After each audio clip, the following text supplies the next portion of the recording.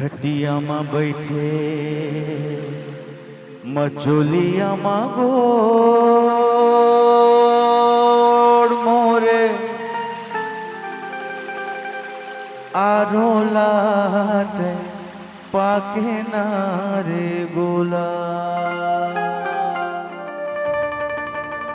निकल आवे खोर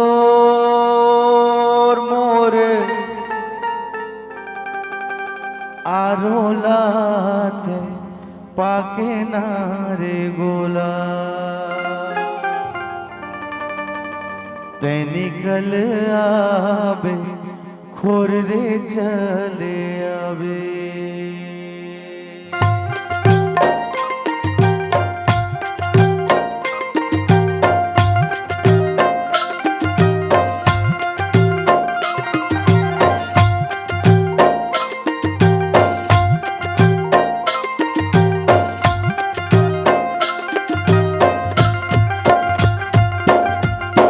रद्दा तोर जो हत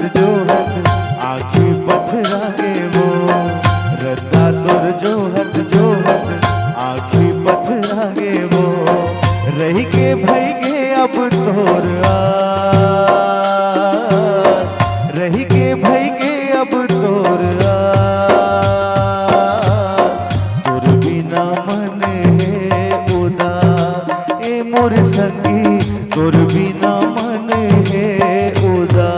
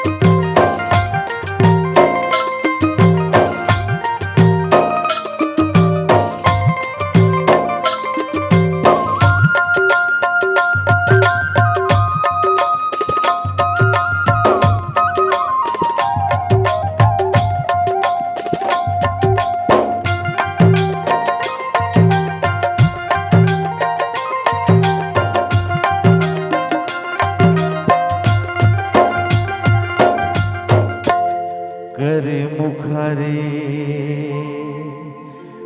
बहिरा रुख के मीठ बोली ते सुना देना रे गोला अपन मुख के मीठ बोली ते सुना देना रे गोला ते अपन मुख के वो चले आवे।